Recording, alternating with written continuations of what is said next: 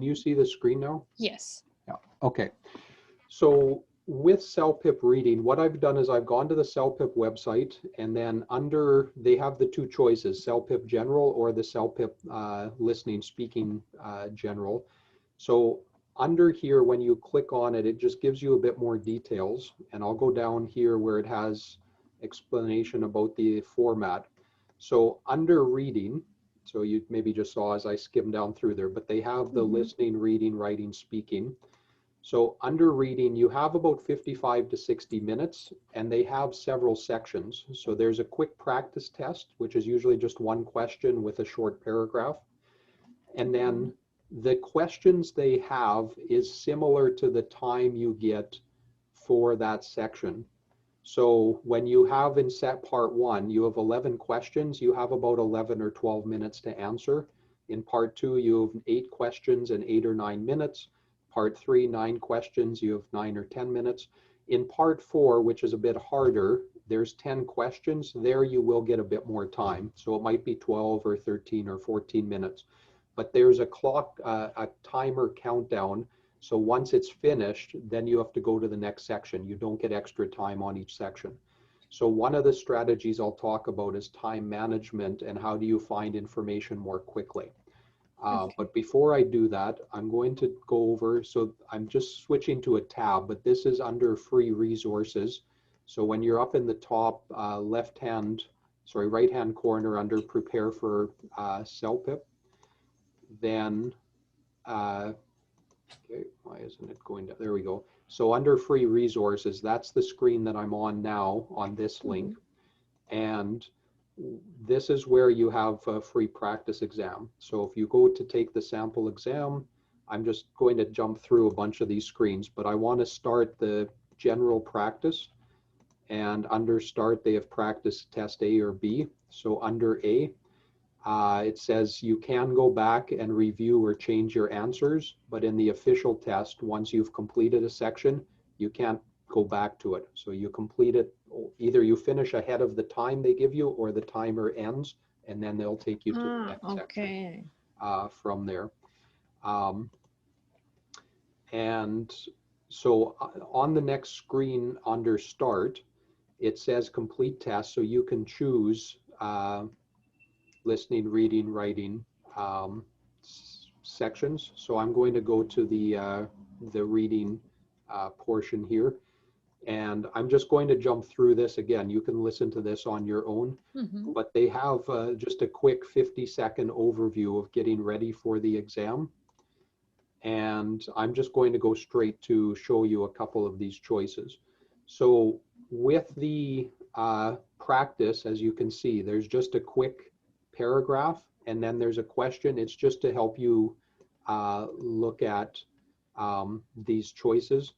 So actually, I already had filled in British Columbia from before, but so what I tell students is look at the questions, then look at the information, because if you're trying to read all of this, you're going to get information that's not necessary. So when I see here with the choices, it says what province is on the Pacific Ocean. So those are my key words, the province and Pacific Ocean. And then I see my choices, Nunavut, British Columbia, Nova Scotia, Prince Edward Island. So now I'm going to scan, and I'm going to talk about that word specifically in a few minutes. I'm going to scan through to look for Pacific. So here it says Pacific Ocean. So then I'm going to slow down and I'm going to read that sentence.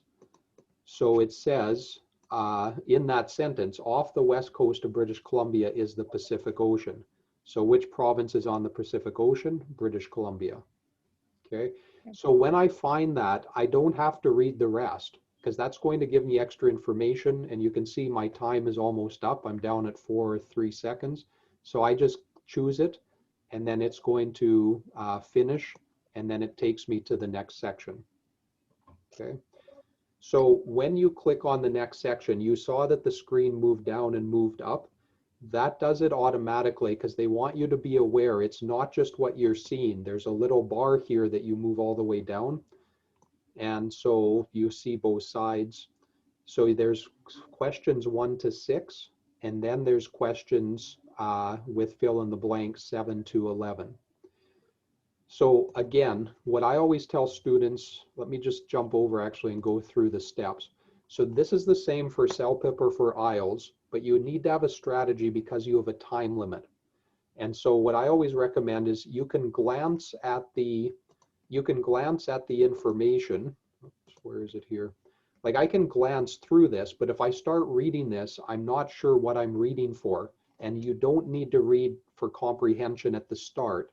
So rather than starting to read through the paragraphs, as I say with my strategies here, go through and read the question first. Identify what's the key word and what's your question type. Now in IELTS, you have different question types. I'll talk about that in our next session.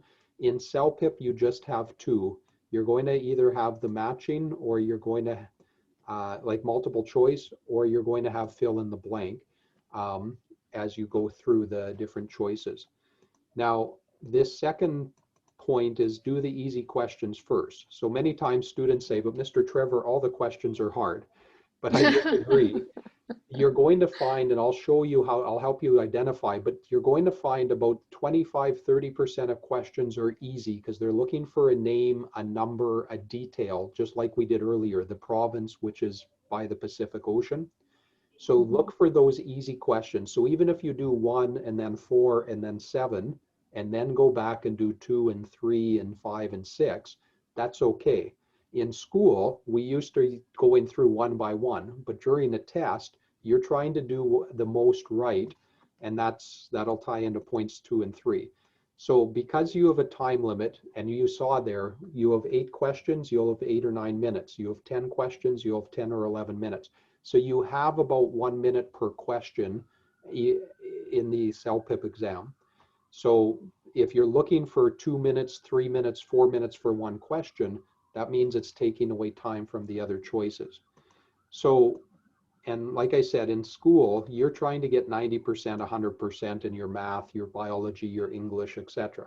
But during an exam, you're trying to get about 75 to 80% right, which will give you CELPIP 9 or 10. If you're getting about 60% right, 50%, like there's a grid, and I haven't looked at it yet, it's on the website as well, but it shows you if you get approximately like 24 to 28 right, that's at a 7. 28 to 30, that's at an 8. So my goal for you is not to be getting 36 out of 40 correct. My goal is to help you move to get 2 or 3 more correct to get you to the next highest level. So if questions are hard or you're not finding the answer, just look at your choices, narrow it down, and choose one of those. And if you can, though, with the easier questions, you find the specific keywords that match or the information that's paraphrased, and then you match that. So let me go back to the questions here. So I look through and I say, Maria's mother is now Chile, Calgary, Vancouver, Victoria. So those are all places. So those are things I can look for quite easily. In a few weeks, so in the future, her son will graduate, visit family in Japan, start a new job, or visit Mia and her family. Okay, Marco is feeling unsure, happy, nervous, sad. His employers are not supportive. So when I'm looking at these 4 questions, I would do 1 first because it has these numbers. Then I would look at number 2 because this is a specific detail. When I'm looking at 4 is going to be a little bit harder because there's lots of information and you might not know some of these words. Like maybe you're not sure what adaptation means or reconstruction. So I would do 1, 2, and then I would skip over and maybe look at 5 because you can see here an earthquake, not speaking language, never seeing him again, lack of life experience. Okay, and then Mia and Maria are neighbors, cousins, co-workers, friends. That's also specific. So I would look at 1, 2, 5, and 6. Then I would go and look at numbers 3 and 4. So that's just like getting into a mindset. I don't need to answer one by one. So I'm not going to take a lot of time with the specific questions, but let's just look at the answer for 1. So Maria's mother is now in Chile, Calgary, Vancouver, Victoria. So let's just look through where it says for Maria's mother. So I'm sorry taking long. I've been busy with Marco's university graduation, my family's visit. Graduation ceremony is great. We understand it's a bit of a drive from Calgary. You're missed. My mom remembers you when we were kids. After the celebration, we took the family sightseeing here in Vancouver. They loved it. They left yesterday for Victoria. They'll catch a plane back home. So it doesn't really say there, but the only places mentioned are Calgary, but that's where you guys are, or Mia is. And then we took the family sightseeing here in Vancouver. They left for Victoria, catch a bus in 3 days. So right now, okay, and it also says Marco's graduation, my family's visit from Chile. Okay, so it also talks about Chile in here.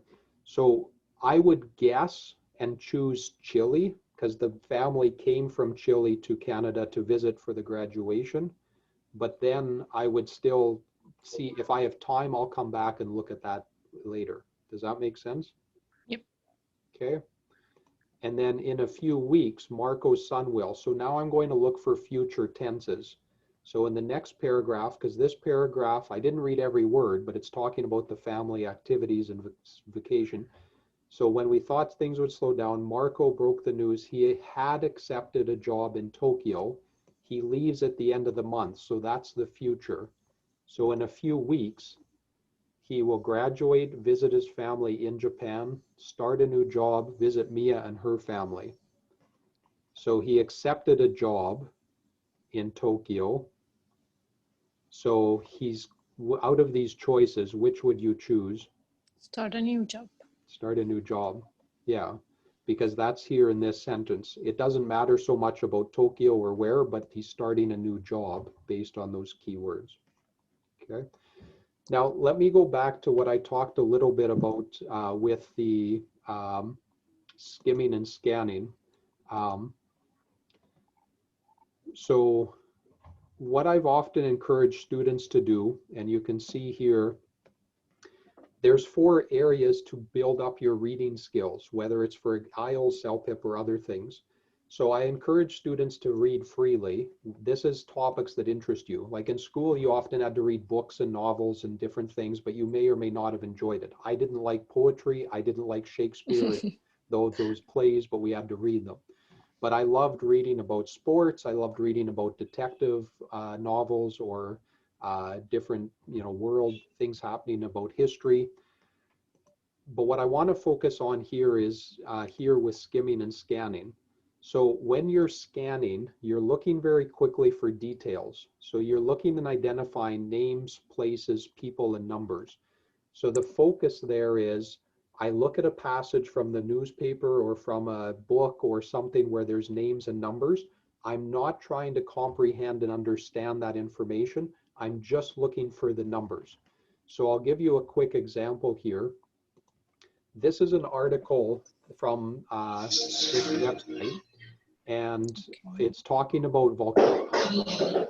So when I look through this section, I can see there's different numbers. So 1980, 1.2 billion. So when I'm asking you, tell me what years, which years do you see in this article? 1980, 1883, Okay. 1902, and what 1902. else? 1807, 1808, 1708. Okay, yeah, 1708. Okay, so I think that's yeah. it. So if I have a question, and this might have been a bit fast for some of you, which is fine, but if I'm looking at a question, it says, what year was the earthquake in Krakow, for example? I'm not reading through all 4 paragraphs. I'm looking at how to match the keywords. So 1980, 1883, 1902, and 1708. And then which of those talk about it's Krakatoa is the pronunciation, but which one is talking about Krakatoa? So then I see here Krakatoa, and then next to it is a year. Now, sometimes students say, but Mr. Trevor, you've practiced this, you're a native English speaker, etc.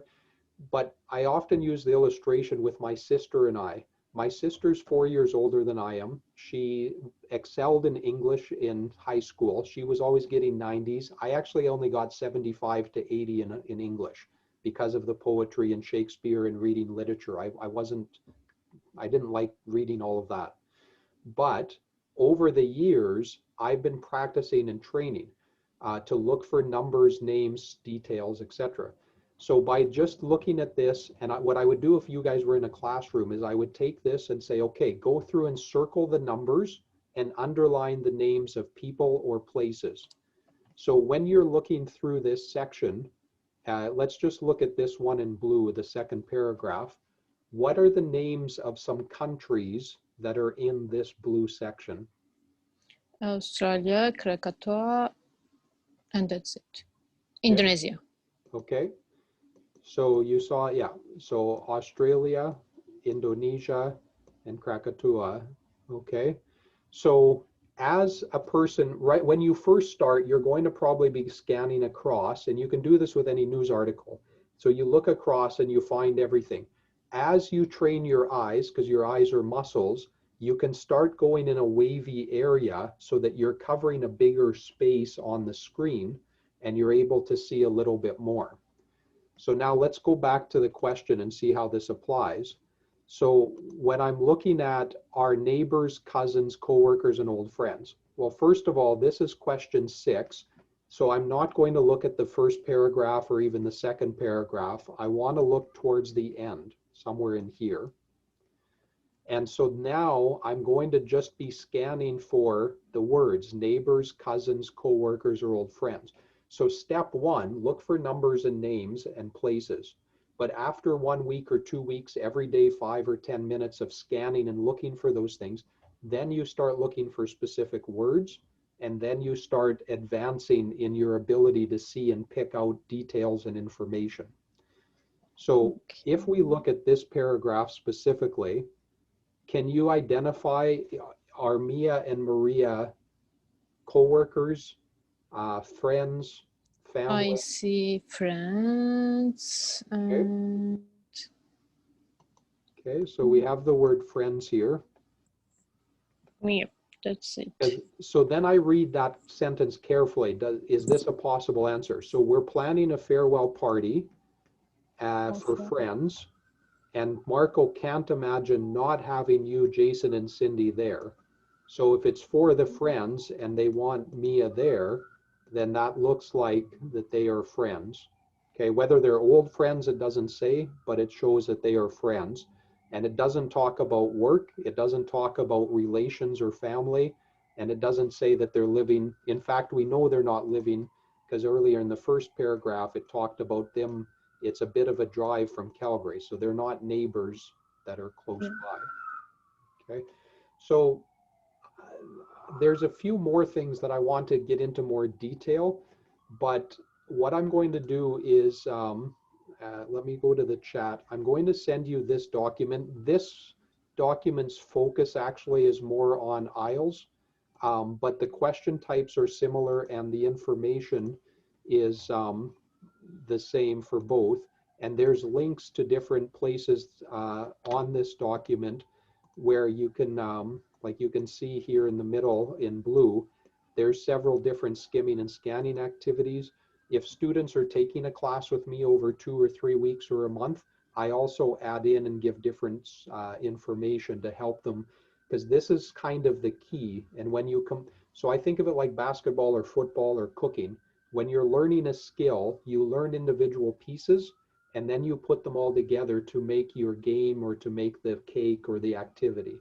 So by doing the skimming and scanning and practicing every day, then adding in logical thinking, and I'll show some examples of this next week in our class, and then learning how to get faster with your reading in sections, putting those skills and strategies together, then going back in practicing an exam.